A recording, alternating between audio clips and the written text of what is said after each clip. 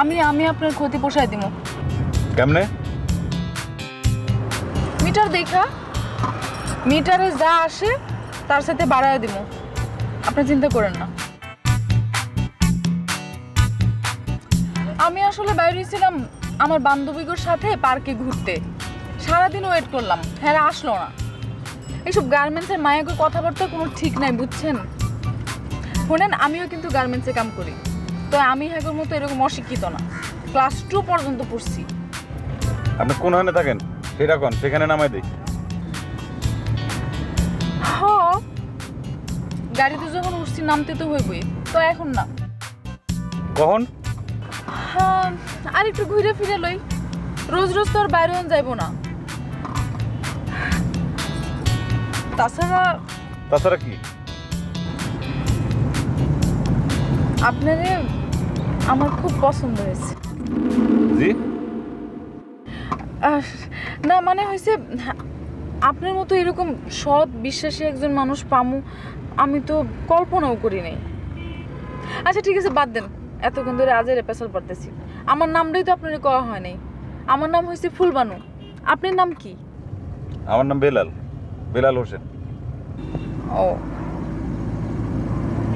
Marriage করছেন? মানে?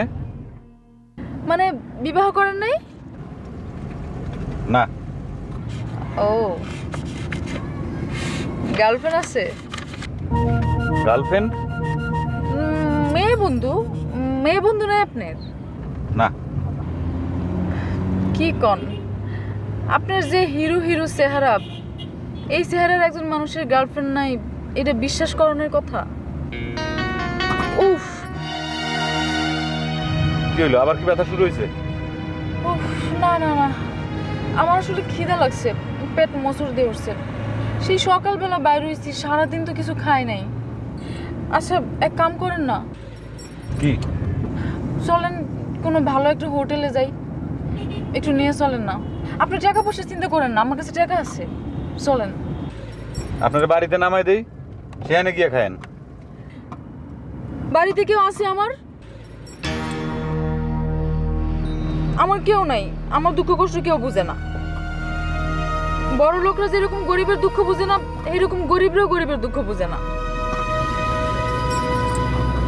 একটু খুশি একটু আনন্দ আসলে আমার কপালে নাই।